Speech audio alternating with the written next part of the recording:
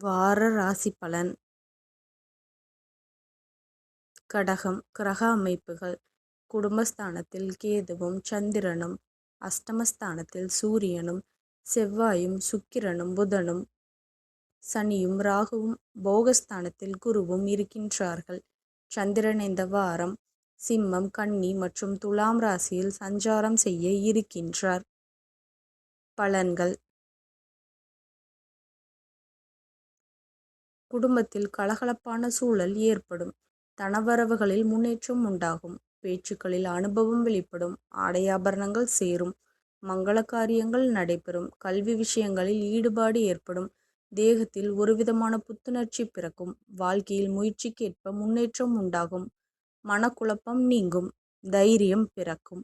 வீட்டிற்கு தேவையான பொருட்களை வாங்குவீர்கள். கல்வி தொடர்பான பணிகளில் மனக்குழப்பங்கள் ஏற்பட்டு நீங்கும்.